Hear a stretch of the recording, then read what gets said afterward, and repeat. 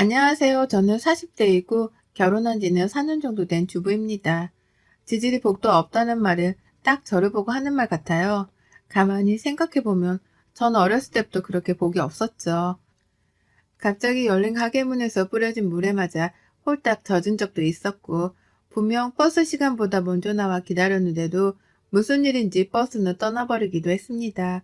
뭐 이런 일들은 솔직히 애교 수준이고, 제가 겪은 운 없는 일들은 말로 다 설명할 수도 없어요.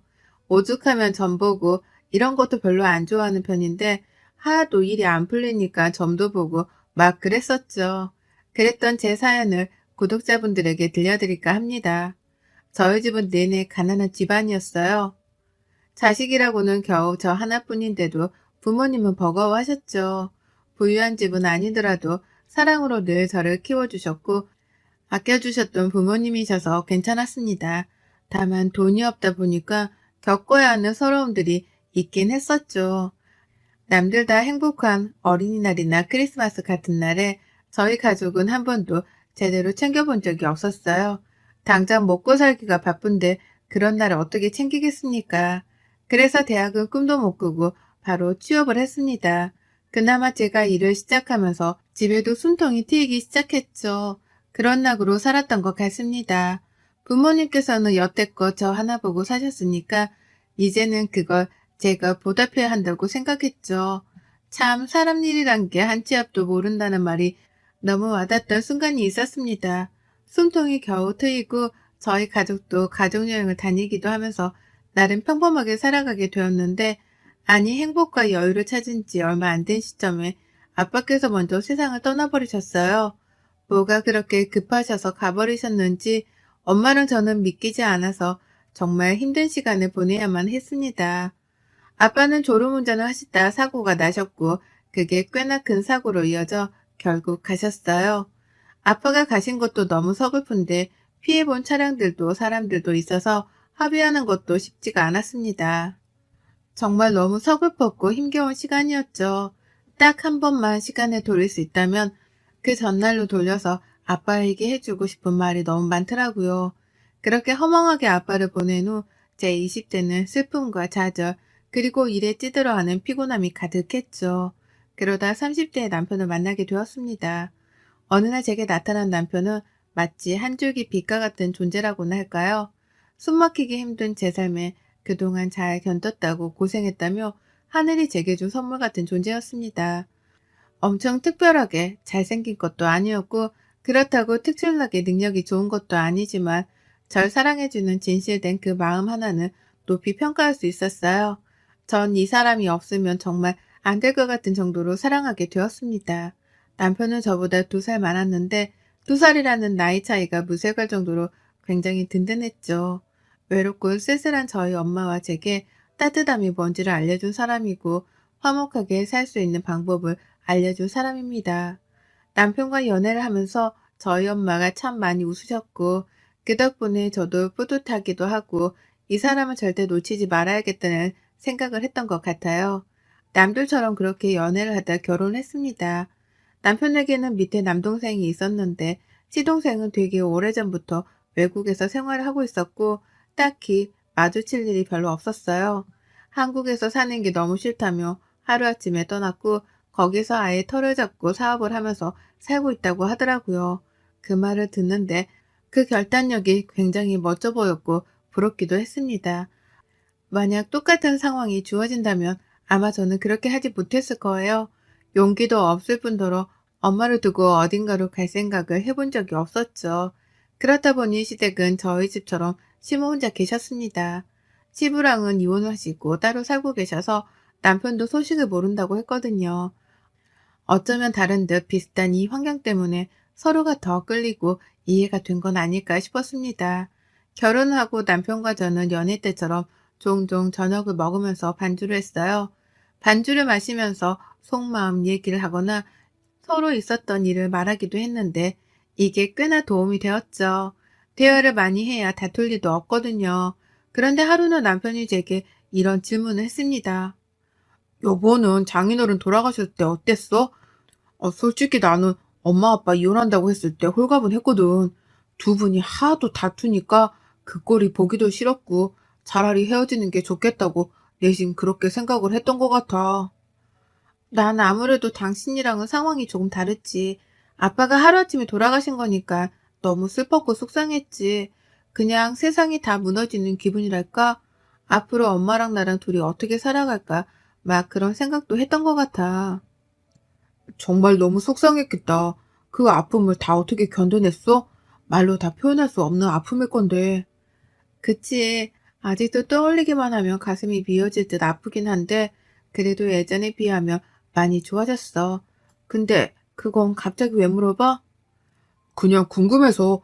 근데 이전에는 엄청 힘들게 살았다고 했었잖아. 장인어른 돌아가시고는 보험금 같은 거 나오지 않았어? 여유가 생기지 않았어? 어? 그런 질문을 하고 그래? 아니, 그냥 궁금해서 그렇지. 여보, 아무리 궁금해도 그렇지. 그런 질문을 해? 보험금이 나왔으면 어떻고, 안 나왔으면 어쩌려고. 기분 되게 나쁘네?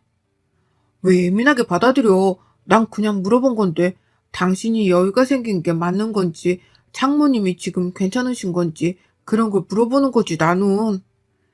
우리 아빠가 사고 내고 돌아가셨지만, 피해자들 합의해주고, 이것저것 다 하고, 솔직히 남은 것도 없었어.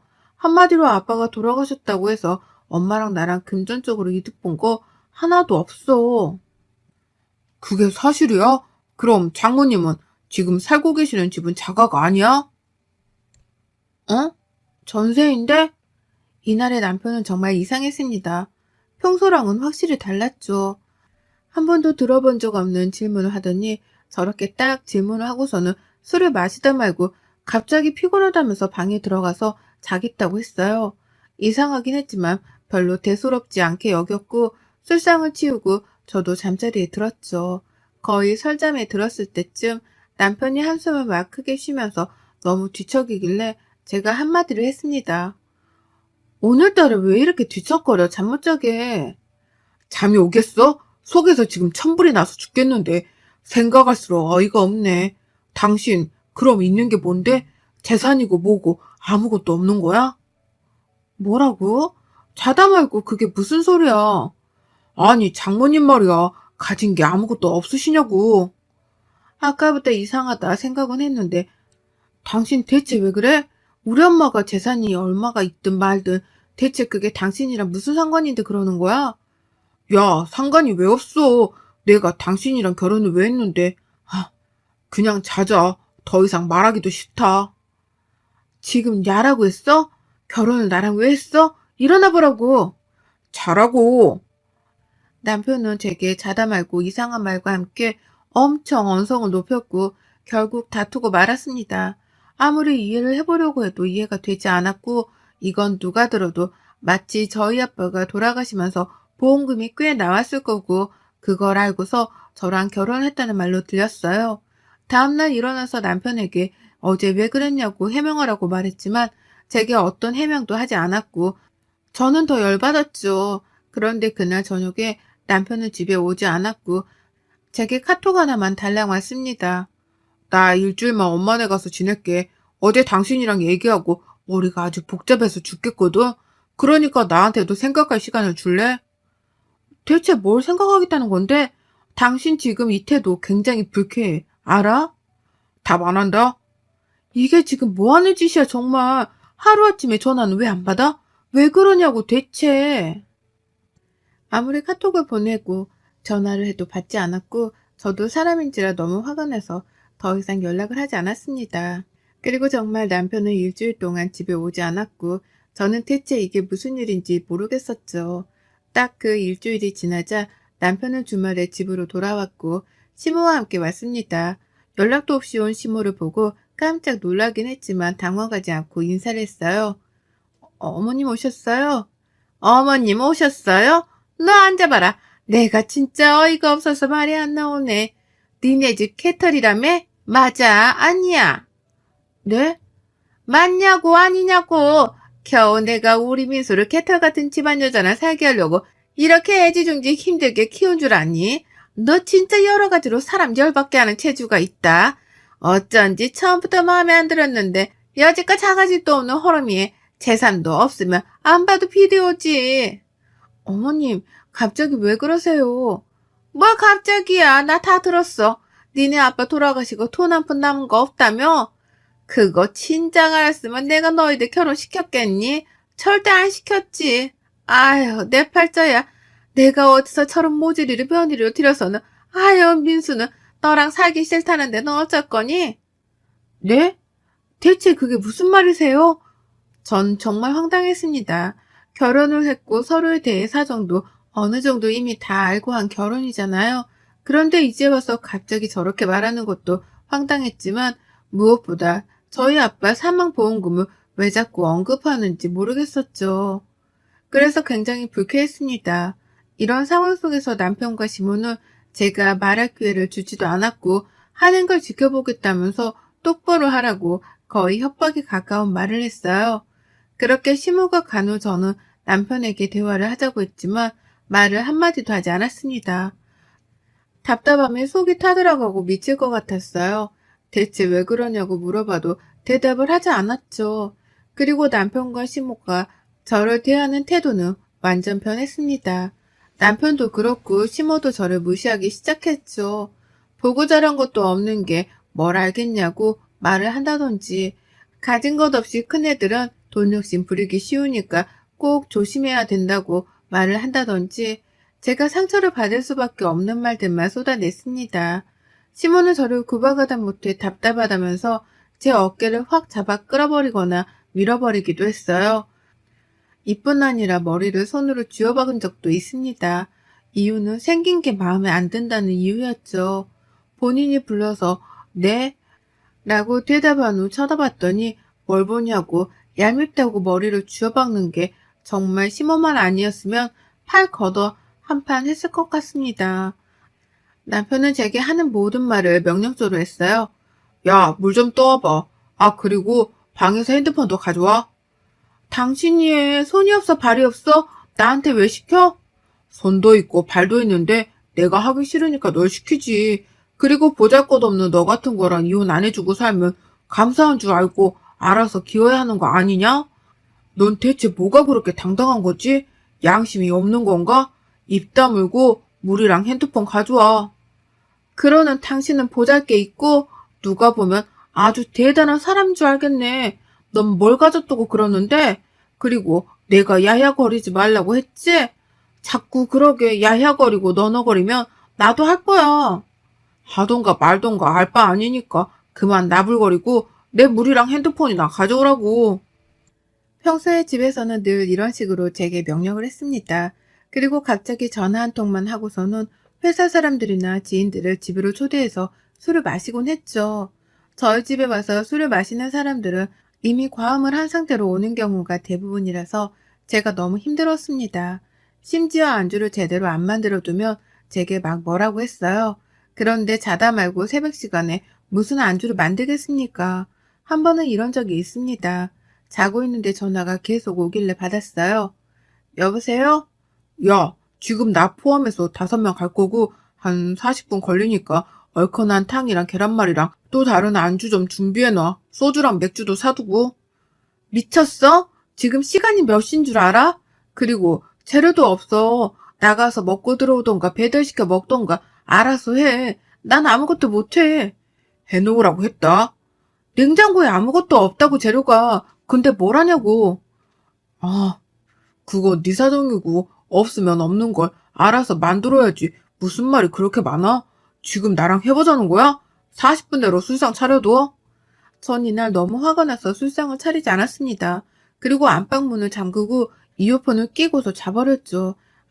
아마 소리치고 난리를 칠 거니까요. 그런데 아니나 다를까 불 꺼진 거실을 보고는 흥분한 남편은 안방문을 막 두들겼고 난리를 쳤죠. 이어폰으로 음악을 듣고 있었는데도 그 소리를 뚫고 들렸습니다.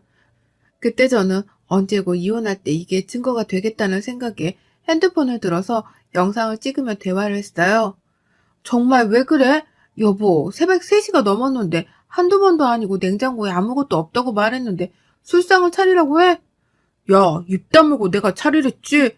넌 내가 하는 말을 알겠다고만 하라니까? 우선 문 열어. 넌 내 말을 거역한 거야. 지금 미쳤냐? 보잘것도 없는 너 같은 거랑 살아주는데 감사하다고 절하지는 못할 망정 이게 어디서 기어올라?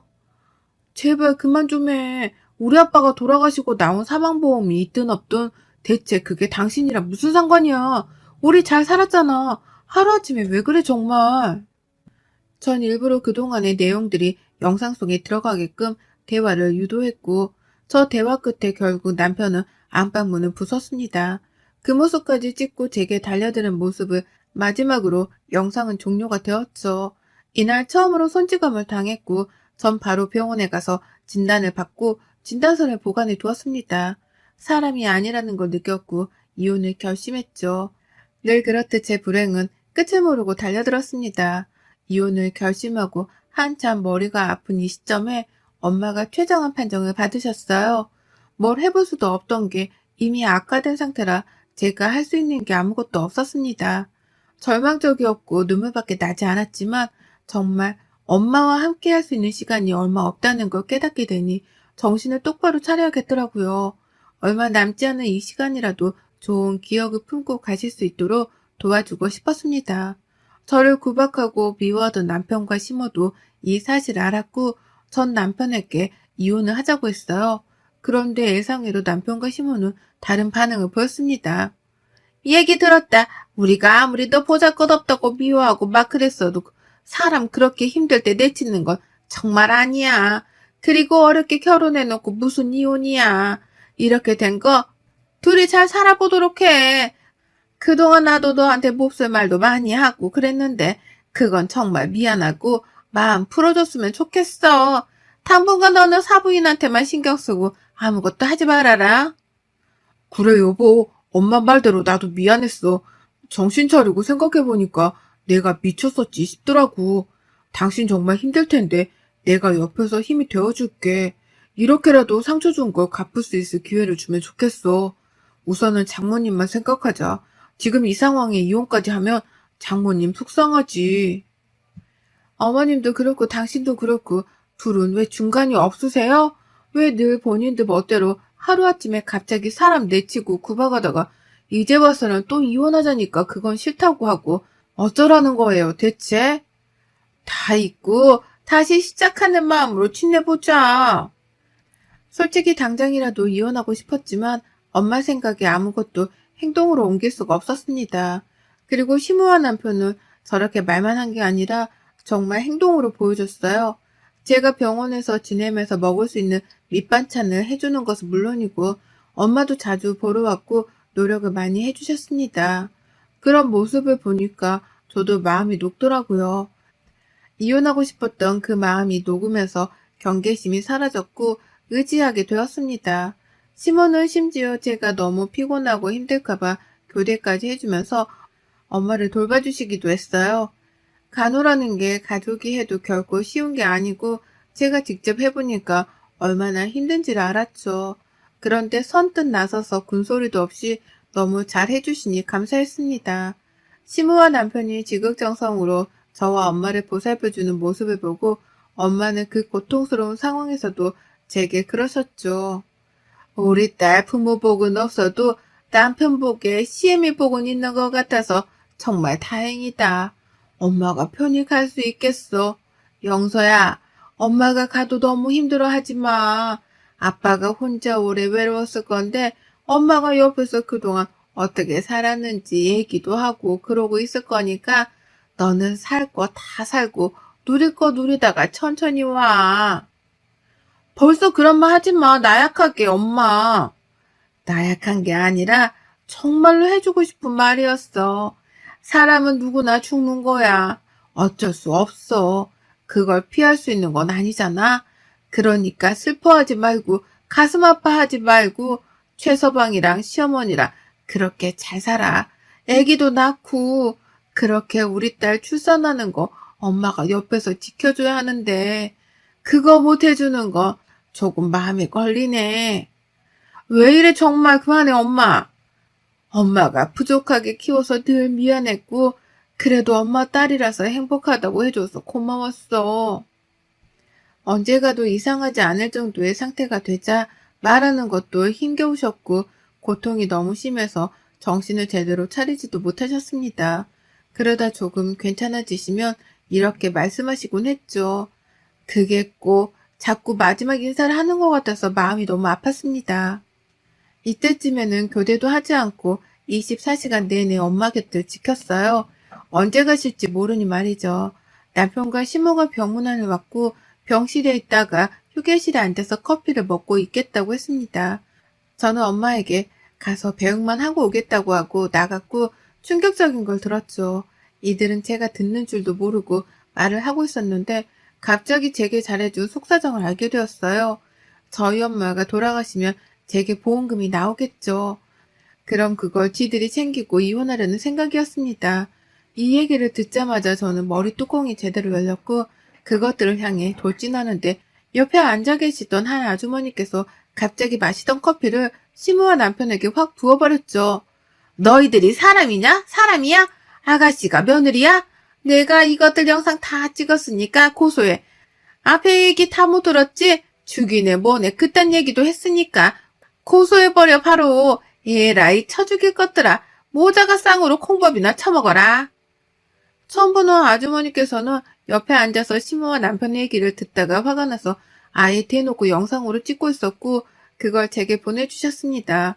그리고 너무 화가 난다면서 저를 대신해서 난장판을 쳐주셨죠.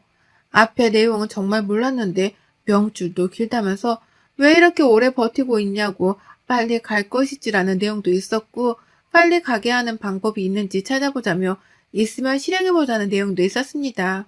전 바로 그것들을 고소했고 이혼소송도 진행했어요. 진행하면서 엄마는 가셨고 복잡하고 마음 아픈 일을 한 번에 진행해야 해서 조금 버거웠지만 차라리 정신없이 지내다 보니 슬픔에 빠져있을 시간이 없어서 그런지 괜찮았습니다. 전 깔끔하게 모든 걸 마무리한 후 엄마랑 아빠랑 함께 살던 예전 동네 그 지역으로 아예 이사를 해서 조용히 살고 있어요. 아직은 엄마를 온전히 마음속에서 보내드리지 못했지만 그래도 하루하루 견디면서 잘 살아가고 있습니다. 여러분의 생각은 댓글로 남겨주세요. 오늘도 시청해주셔서 정말 감사합니다.